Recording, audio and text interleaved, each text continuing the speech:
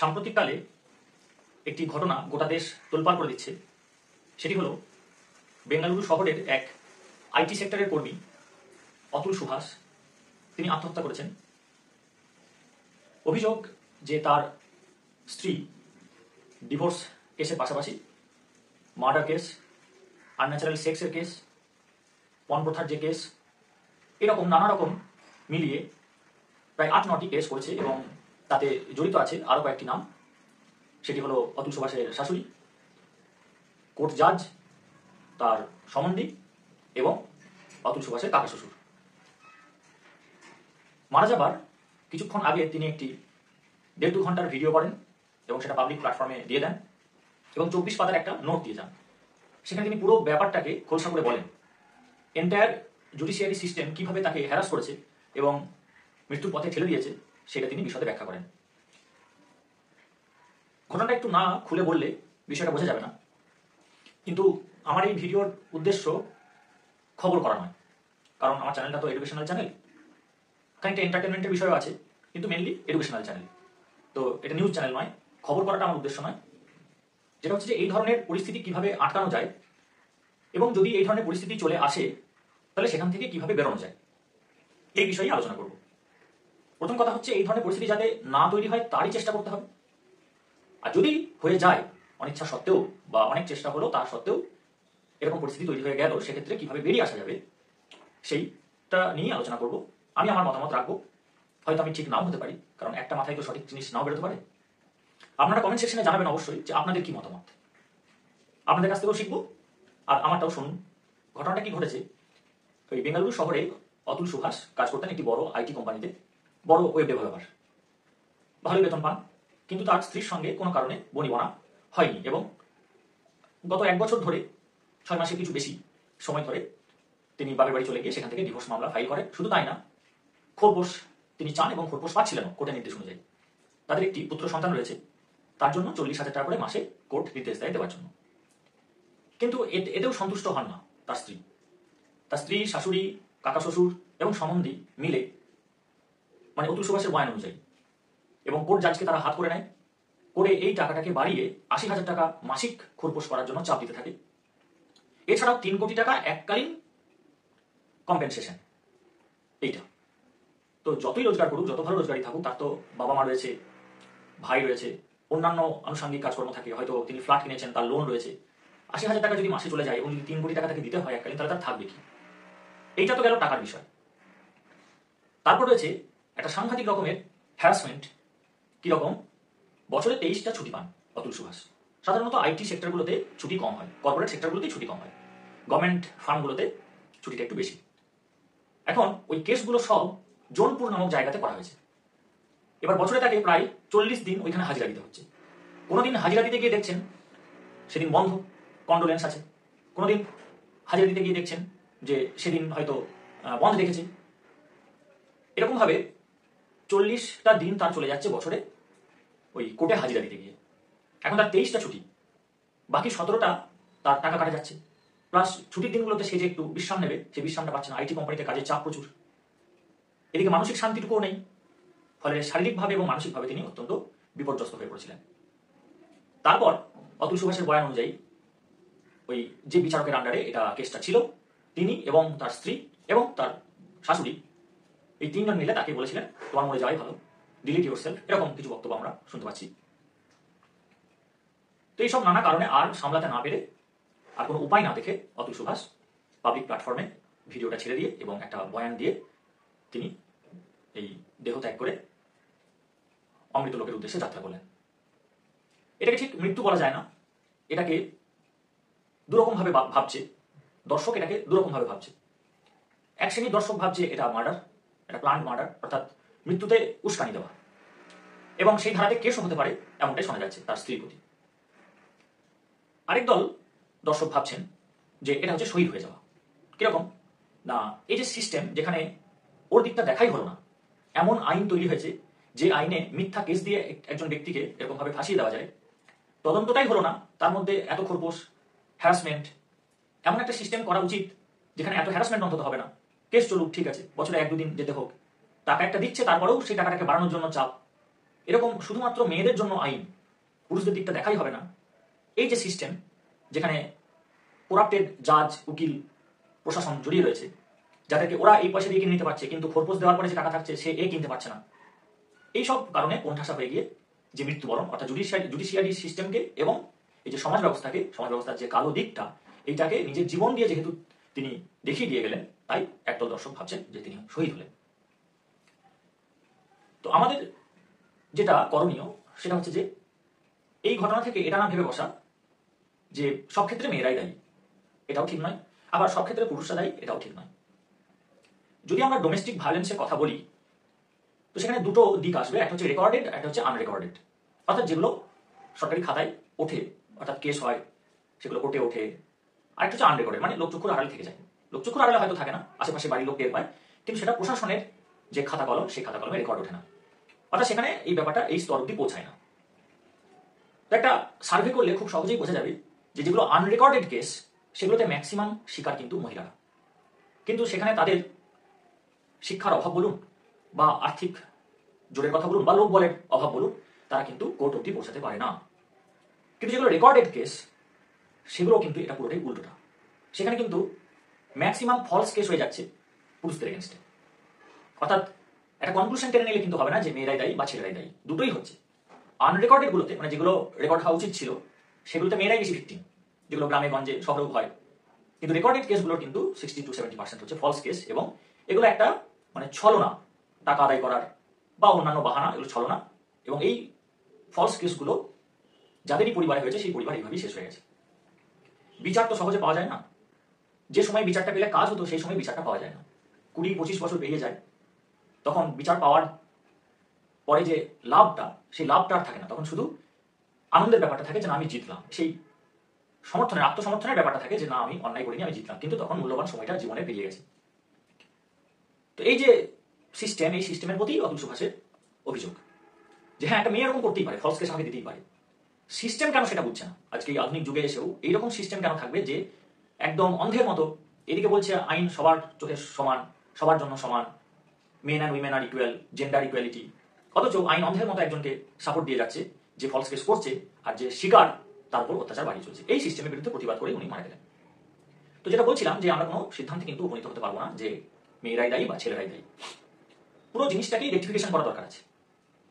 এখন আমার পক্ষে সম্ভব নয় প্রশাসনের বিরুদ্ধে কিছু বলা বা প্রশাসনের সঙ্গে ডিল করা বা প্রশাসনের ঢুকে পরিবর্তন করা। আমি একদম ক্ষুদ্র একটি মানুষ, আমার পক্ষে গ্রামে গ্রামে গিয়ে বোঝানো সম্ভব নয় যে আনরেকর্ডেড কেসগুলো সম্পর্কে যেখানে যেখানে হচ্ছে, আবার রেকর্ডেড কেসগুলোর ক্ষেত্রেও বাড়ি বাড়ি গিয়ে বোঝানো সম্ভব নয়, একদমই সেগুলো মানে কোনো মানেই হয় না, চেষ্টা করাটাও বৃথা। কিন্তু এই দুটো সমস্যাকেই, যেখানে মেয়েরাও ভিক্টিম হচ্ছে এবং ছেলেরাও ভিক্টিম হচ্ছে, একটা ভালো সুস্থ পরিবার কিভাবে বানানো যেতে পারে সেই বিষয়ে আমরা আলোচনা করতে পারি। দেখুন, কোন একটা পার্টিতে গেলাম বা কোন একটা ওকেশনে কোন একটি মেয়েকে দেখে পছন্দ হলো বা ফেসবুকে দেখে পছন্দ হলো, দিয়ে 2-3 দিন দেখা করলাম, দিয়ে বিয়ে করে নিলাম। এই জিনিসগুলোর ক্ষেত্রে কিন্তু ম্যাক্সিমাম ক্ষেত্রে আনসাকসেসফুল হয়। হঠাৎ করে সিদ্ধান্ত নিয়ে নেওয়াটা ঠিক নয়। পরিবার কেমন, মেয়েটি কেমন, বা পাত্রপক্ষের পরিবার কেমন, পাত্র কেমন, এই বিষয়ে একটু স্টাডি করা প্রয়োজন আছে। ব্যাকগ্রাউন্ডটা দেখতে হবে, তাদের সঙ্গে মিশতে হবে, চারপাশে খবর নিতে হবে, মানসিকতাটা বোঝা যায়। যদি দেখা যায় যে মানসিকতা মিলছে না, সেক্ষেত্রে কিন্তু বিয়ের পথে, বিয়ের জন্য না এগোনোই ভালো।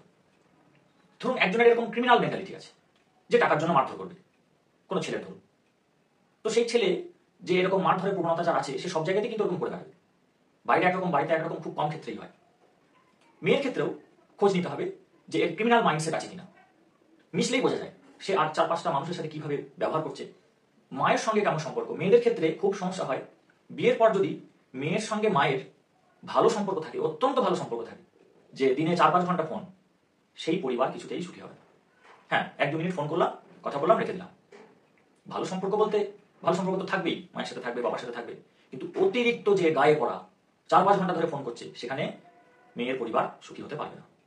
এটা একদম প্রমাণ আছে। ঘরোয়া মেয়ে দরকার, মানে আমি বলিনি যে চাকরি করা যাবে না, চাকরিও করতে হবে, কিন্তু মেয়েকে ঘরোয়া হতে হবে। ছেলেকেও চাকরি করতে হবে, কিন্তু ঘরোয়া হতে হবে। অর্থাৎ সংসার করব এই মানসিকতাটা থাকতে হবে, উড়ে বেড়াবো এই মানসিকতাটা থাকলে হবে না। বিয়ের আগে থেকেই তো এখন অধিকাংশ ক্ষেত্রে প্রেম থাকে, তো এই যে মেলামেশার যে সুযোগটা এখন রয়েছে, এটাকে কাজে লাগাতে হবে। কিভাবে না, যে কথাবার্তাগুলো হয়, অনেক তো কথা হবে, এবং বিয়ের পরে হয়তো কথা বেশি হয় না, কিন্তু বিয়ের আগে অনেকটাই কথা হয়। সেই কথাবার্তার মাধ্যমেই বুঝে নিতে হবে যে আমাদের দুজনের চিন্তাভাবনা মিলছে কিনা। যদি দুজনেরই উড়ে বেড়াবো মেন্টালিটি হয়, সেক্ষেত্রে ঠিক আছে, তারা এগোতে পারে বিবাহের জন্য।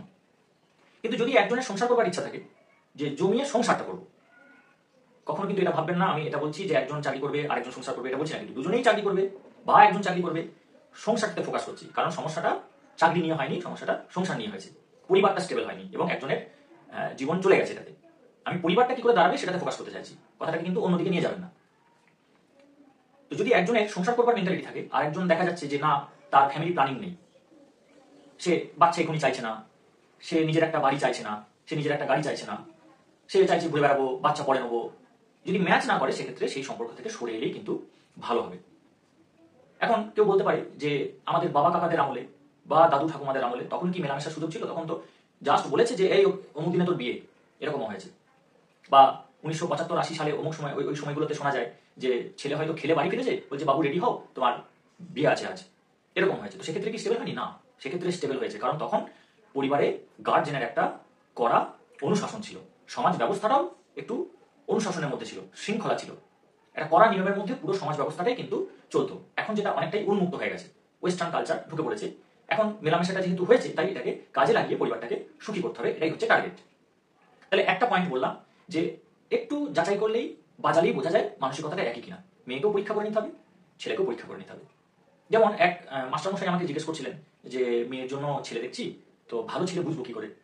আমি বললাম যে দেখুন, ওইভাবে তো বোঝা যায় না, আপনার কাছে সে ভালো সাজবে, হয়তো আড়ালে হয়তো সে খারাপ, আবার হয়তো আপনার কাছে দু একটা বাজে ব্যবহার করলো, কিন্তু দেখা যাবে তার সমাজে তার বিরাট অবদান আছে। ওইভাবে স্টাডি করা যায় না, একটু মিশতে হবে, সেটা আপনার মেয়েই পারবে মিশতে। একটু ওদেরকে একা ছাড়ুন, ওরা মিশুক। আর টুকটাক কিছু ব্যবহার দেখে বোঝা যায়, যেমন ধরুন রেস্টুরেন্টে খেতে গেলেন, ওয়েটারকে এরকম করে ডাকছে, এই শোনো, এই ছেলে ভালো হবে না বা এই মেয়ে কিন্তু ভালো হবে না, আর এদের সাথে সংসার না করাই উচিত। এটা নিজেরা বিষ, এবং এখান থেকে যে সন্তান সন্ততি জন্ম নেবে, পুত্র হোক বা কন্যা হোক, সেগুলো বিষ জন্ম নেবে এবং সমাজকে বিষাক্ত করে দেবে। একজন যে ওই ব্যক্তি যে ওয়েটারকে এরকম করে ডাকছে, সেই দেখবেন যখন বড় নেতা আসবে, মন্ত্রী আসবে বা বড় পুলিশ অফিসার আসবে বা কলেজের প্রিন্সিপাল আসবে, সে কিন্তু হ্যাঁ স্যার এরকম করবে। এই যে ডুয়াল ক্যারেক্টার, এই ডুয়াল ক্যারেক্টার খুব খারাপ জিনিস। আমি সেই জন্য আমার সাথে যদি মেশেন, সামনাসামনি যদি কারো দেখা হয়ে থাকে, দেখবেন আমি একদম যে ঝাড়ুদার তার সাথে যেমন করে বিনয়ের সাথে কথা বলি, যিনি প্রিন্সিপাল, যিনি বড় নেতা, যিনি বড় ডাক্তার, বড় মাপের মানুষ, তার সাথে আমি একই টোনে কথা বলি। কারণ আমি জানি তো যে বড় নেতার কাছে আমি হমিতমি করতে পারবো না। তাহলে আমি নরম মাটিটা কেন আসলে দেবো? নরম মাটি আসলে দেওয়া তো পশুর কাজ, কুকুরের কাজ। পশু বললেও ভুল, পশুর মধ্যে সিংহ চলে আসে, কুকুরের কাজ।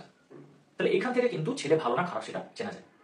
আমাদের একটা কথা আছে, তৃণাদপি শুনিছে না তরুরিভা সহিষ্ণুনা অমানিনা মান দেনা কীর্তনিয়া সাদাহারি।